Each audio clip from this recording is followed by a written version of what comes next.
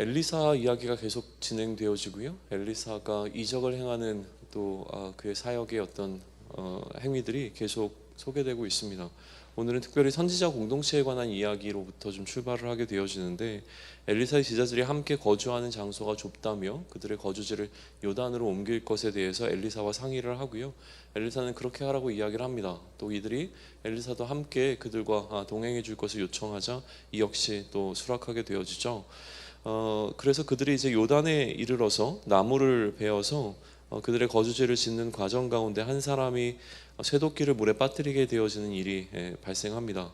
그의 도끼는 빌려온 것이라며 굉장히 난감해하자 엘리사는 도끼가 빠진 곳이 어딘지를 정확하게 묻고 또 그곳에 나뭇가지를 잘라서 던져 넣으니까 쇠도끼가 떠오르게 되어지는 어떤 일이 있었다라고 하는 기록을 남겨두고 있죠. 혹자는 이것을 좀 부정적으로 해석하려고 하다가 이 엘리사가 도끼가 빠진 곳이 어딘지를 알지 못했다라고 하는 것에 좀 포커스를 두고 지금 엘리사의 어떤 영적인 능력이 좀 감하여지는 것이 아니냐라고 하는 해석을 좀 하는데요. 굳이 그렇게까지 할 것은 없는 것 같습니다. 그런데 너무 이 스토리 자체가 여기서 뚝 끊겨버리거든요. 갑자기 이 이야기가 왜 등장했는지, 그리고 전후에 다른 어떤 이야기들과는 어떤 연관성이 있는지가 되게 좀 모호하기는 합니다. 그러나 우리는 지금 계속적으로 이 엘리사가 가지고 있었던 어떤 영적인 능력에 관한 부분을 이야기하고 있었다면, 실제로 지금 이 열왕기서는 왕이 이스라엘을 어떻게 통치했는가와 아울러서 선지자가 어떻게 이스라엘 공동체 가운데 영향력을 끼치고 있었는가, 그러니까 실질적으로 이 통치자는 사실은 왕과 선지자라고 하는 두 그룹으로 좀 나누어서 볼 수 있거든요. 그러니까 이스라엘 공동체를 이끌어가고 있었던 이 선지자 그룹이 바알이라고 하는 어떤 우상이 지금 우세했던 그 시기 가운데서 어떻게 하나님의 사람으로서 이스라엘을 영적으로 이끌어가며 또 이 영적인 정쟁에서 승리해내고 있는가를 이제 보여주는 장면으로 본다면, 선지자 공동체라고 하는 또 다른 어떤 공동체 안에 엘리사가 어떻게 그의 하나님의 통치를 이뤄가고 있는가라고 하는 부분에 좀 집중해서 보시게 되면 큰 무리 없이 넘어갈 것 같습니다. 마찬가지로 이제 여러 가지 상황들이 계속 등장하고 있고, 이 상황을 지금 다스리고 또 컨트롤해 나가고 있는 선지자의 이야기가 계속 진행된다고 보신다면, 그 다음에 이어지게 되는 이야기는 이제 아람과 이스라엘의 전쟁에 관한 이야기입니다. 아람 왕은 이스라엘과 전쟁을 좀 일으키려고 했고 일으키는 중이었고 전쟁 중이었고, 또 아람 왕은 군대를 뭔가 승리를 위해서 여러 곳에 좀 매복을 시켜놓고 있는 상황이었죠. 엘리사는 이스라엘 왕에게 아람의 군대가 어디 매복되어 있는지를 알려줍니다. 오히려 자신들이 매복한 지역이 이스라엘부터 공격을 받게 되어지자 아람 왕은 무언가 우리 안에 내통하는 자가 있다라고 생각을 하게 되어지고요. 내부의 적에 관한 것을 좀 두려워하기, 좀 궁금해하기 시작합니다. 그러자 누군가가 엘리사 때문에 이런 일이 일어나고 있다고 보고를 하게 되어지고요. 엘리사에게는 능력이 있었는데 그는 왕이 가장 은밀한 곳, 소위 얘기하면 이제 침상에 사는 이야기까지도 들을 수 있는 능력자라고 이제 소개가 되어지죠. 그러자 왕은 엘리사를 잡아야 되겠다고 생각을 하고 엘리사가 도단에 있다는 것을 알아내고는 군대를 보내게 되어지죠. 엘리사의 사환이 아람의 군대가 엘리야를 잡으러 와서 이제 도단을 둘러싸고 있는 이 상황을 보고 두려워하고 당황하게 되어지자 엘리사는 사환에게 두려워하지 말라고 이야기를 합니다. 그러면서 두려워하지 않아야 되는 이유가 우리의 군대가 아람의 군대의 숫자보다 훨씬 더 많다라고 이야기를 해줘요. 그리고 이 사환의 눈을 열어서 보게 해달라고 하나님께 기도하자 사환의 눈이 열려서 그들의 성을 그들과 함께 하고 있는 불말과 불병거를 보게 되어집니다. 아람 사람이 엘리사에게 오자 엘리사는 하나님께 다시 한번 또 기도하는데, 이번에는 사환에게 했던 것과는 좀 반대로 그들의 눈을 어둡게 해달라고 기도하고 그렇게 되어지죠. 그래서 눈이 어두워진 아람 사람들을 엘리사는 이끌고 사마리아로 갑니다. 사마리아에 도착하자 엘리사는 다시 이들의 눈을 열어서 보게 해달라고 기도하게 되어지고요. 이들이 보게 되어지자 자신들이 사마리아의 한가운데, 사마리아 성읍 한가운데 있는 것을 알게 되어지죠. 이스라엘 왕은 엘리사에게 이들을 칠 것인지를 묻습니다. 엘리사는 치지 말라고 말하며 오히려 음식을 주어서 먹게 한 뒤에 이들을 아람 왕에게 돌려보내라고 이야기를 해요. 이 일이 있은 후에 아람 군대는 다시 이스라엘을 침략하지 않았다라고 하는 것으로 요도 단락은 마무리가 되어집니다. 여전히 이제 엘리사가 하나님께 기도하고 하나님의 능력이 엘리사를 통해서 나타나고 있는 장면들은 계속 잘 드러나고 있는 부분인데요. 그 다음에 이제 마지막으로 등장하게 되어진 세 번째 에피소드는 약간 좀 논란이 있습니다. 왜냐하면 23절에서 다시는 이스라엘 땅에 들어오지 못하니라라고 기록하고 난 다음에 바로 연이어서 베나닷이 아람의 왕이 되었을 때 군대를 이끌고 사마리아를 공격한 내용이 등장하고 있거든요. 그러다 보니까 이 어떤 이 연대기적으로 이 이야기의 스토리의 흐름을 다시 좀 잡으려고, 또 열왕기상에 이미 베나닷이 나왔기 때문에 그것과 좀 연결지어서 좀 이 뭐라 그럴까요? 이 역사적 흐름을 좀 맞춰보려고 하는 시도들이 있는데, 그냥 우리는 그대로 그냥 보시면 될 것 같습니다. 실제로 그 이후에 이제 아람 군대는 다시 이스라엘 땅에 들어오지 못했지만 나중에 베나닷이 아람 왕이 되었을 때 군대를 이끌고 사마리아를 공격하라고 했다라고 그냥 그대로 이해하시면서 가보시죠.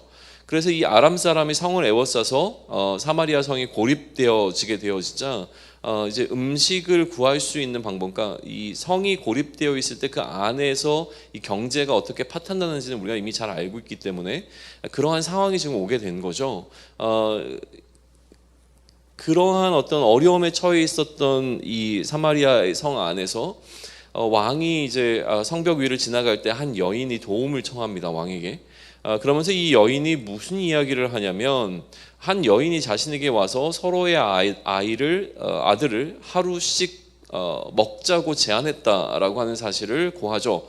그래서 자신의 아들을 먼저 삶아 먹었는데 다음날 이 여인이 자신의 아들을 먹을 차례가 되자 자신의 아들을 숨겨버렸다라고 하는 것을 왕에게 고한 거예요. 왕은 이 이야기를 듣고 난 다음에 자신의 옷을 찢습니다. 그리고 이제 굵은 베옷을 입게 되어지는데 어떤 분노와 슬픔을 표현하고 있는 것이죠. 사마리아에 자신이 다스리는 그 성읍에 이러한 비참한 상황이 왔다라고 하는 사실이 왕에게 전달되어졌다. 그리고 왕은 이러한 상황 가운데서 그의 슬픔과 또 회개의 어떤 그 표현을 지금 드러내고 있는 것과 아울러서 또 한 가지를 하고자 하는데, 그게 31절입니다. 왕은 엘리사의 머리를 베어버리려고 해요. 그러니까 이 모든 것에 있어서의 어떤 책임을 엘리사에게로 좀 돌리려고 하는 태도를 보이고 있습니다. 왕이 사자를 보내서 엘리사의 머리를 베려고 하자 엘리사는 이것을 이미 알았고 장로들과 함께 있었는데 문을 닫고서 이 사자들을 들여보내지 말라라고 장로들에게 이야기를 하게 되어집니다. 그리고 이제 마지막 절인 33절은 이스라엘 왕이 엘리사를 왜 죽이려고 했는가에 대한 구체적인 내용을 알려주게 되어지는데요.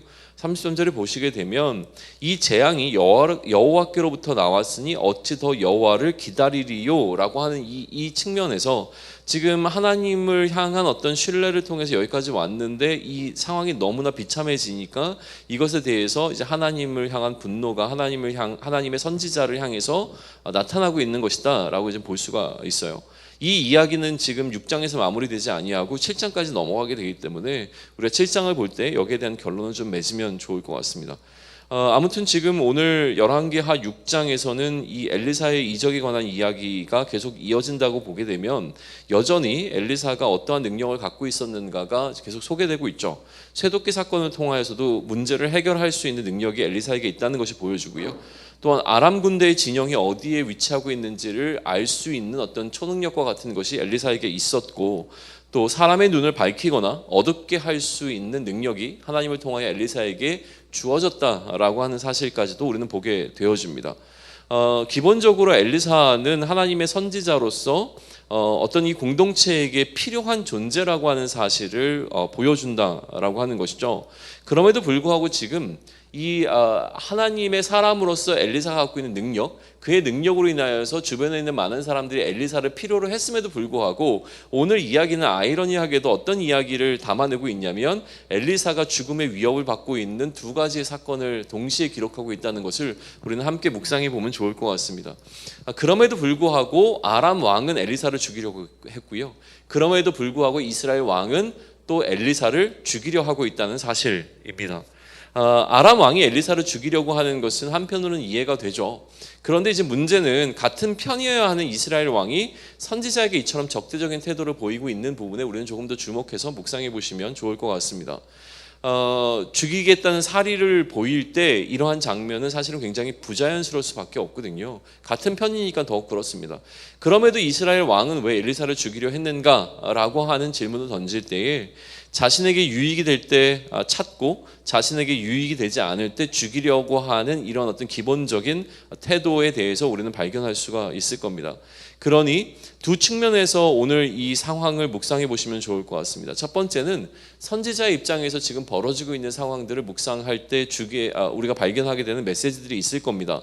하나님의 사명을 충실히 감당하다가 의도하지 않게 또한 예측할 수 없게 우리에게 찾아오게 되어지는 위협들이 있다라고 하는 거예요. 그러다 보니 그리스도인으로서 사명을 감당하다가 오늘도 우리는 엘리사처럼 어떠한 위협 가운데 처하게 될 가능성이 있다라고 하는 것이죠. 그 상황 가운데 엘리사와 나를 동일한 선상에 놓고 한번 묵상해 보는 것이 유익이 되고 그 안에서 우리가 무언가를 얻을 수 있는 것들이 있을 겁니다. 아울러 엘리사를 죽이려는 사람의 입장에서도 묵상해 보는 것이 유익이 될 줄로 믿습니다. 선지자를 통해서 주신 하나님의 말씀을 따르다가 마주한 삶의 어려움이 있을 겁니다. 마찬가지로 그리스도의 질서를 따르다가 찾아온 어려움이 우리 앞에 놓이게 될 때 우리는 이스라엘의 왕과 마찬가지로 이 비참함에 대해서 하나님을 향한 원망이 일어날 수밖에 없는 자들인 것이죠. 그러다 보니 결국 우리도 우리의 신앙생활이라고 하는 것이 결국 나의 삶 가운데 찾아오게 되는 이익과 손해라고 하는 손익을 중심으로 신앙생활을 하고 있다라고 하는 사실을 우리는 발견하게 될 겁니다. 그러니 내가 지금 나의 신앙생활을 하는 이유가 나에게 무언가 유익을 얻고자 하고 또 손해를 보지 않기 위한 방식으로 하고 있는 것은 아닌지를 좀 돌아볼 수 있는 시간을 가지면 좋겠고요. 오늘 나의 신앙생활이 어디에 방향성을 두고 있는가, 만약에 이것이 나에게 이익이 되는 것에 중심을 두고 있다면 하나님을 따르고 그리스도의 질서를 따르는 것이 나에게 이익이 되지 않는다라고 하는 나의 판단이 서게 될 때 우리는 얼마든지 하나님을 떠나거나 하나님을 원망할 수 있는 연약함이 있다라고 하는 사실을 기억하며 그 상황 가운데서 우리의 이 상황을 주신 하나님의 뜻이 어디에 있는지를 다시 한번 질문하면서 나아갈 수 있는 오늘이 되면 좋겠습니다.